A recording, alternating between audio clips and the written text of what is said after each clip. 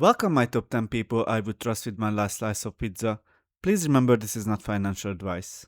Bitcoin just hit the resistance zone we've been watching. Price rejected at weekly resistance while also running into the 50-day EMA and 50-month EMA. With multiple higher timeframe resistance levels lining up, it's not surprising to see Bitcoin begin to lose momentum. Price couldn't hold above the weekly open, and instead of continuing higher after the breakout, it stalled before rolling over.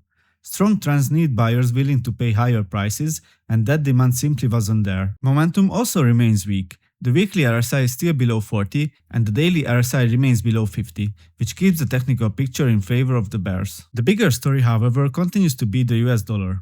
Bitcoin and the dollar index are still showing a very strong inverse correlation, meaning if the dollar strengthens, Bitcoin is likely to weaken.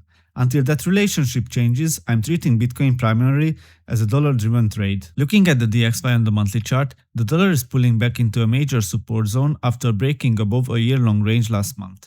From a macro perspective, very little has changed. Yes, we've seen a couple of softer inflation reports, but the question is whether that's enough to completely reverse the broader trend. Right now, I don't think it is.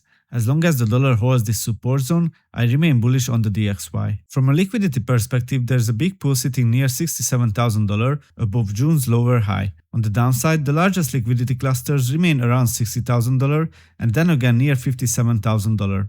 These are the key levels I'll be watching. Finally, funding rates continue to rise. While many traders see positive funding as bullish, historically it can become a contrarian signal when long positioning gets overcrowded. Add in the fact that D-Wall is trying to hold support, which isn't ideal for Bitcoin, and the short-term risks remain to the downside. For now, the dollar is the chart to watch. If the DXY holds support and resumes higher, Bitcoin could remain under pressure in the days ahead. And that's why I posted on X. No buy signal yet from Bitcoin's long-term holder net unrealized profit loss momentum indicator. SOPR by cost basis band still hasn't printed a true deep loss spike. The absence of a deep loss spike suggests one thing: the market hasn't fully capitulated yet. So what do you think? Has Bitcoin truly bottomed?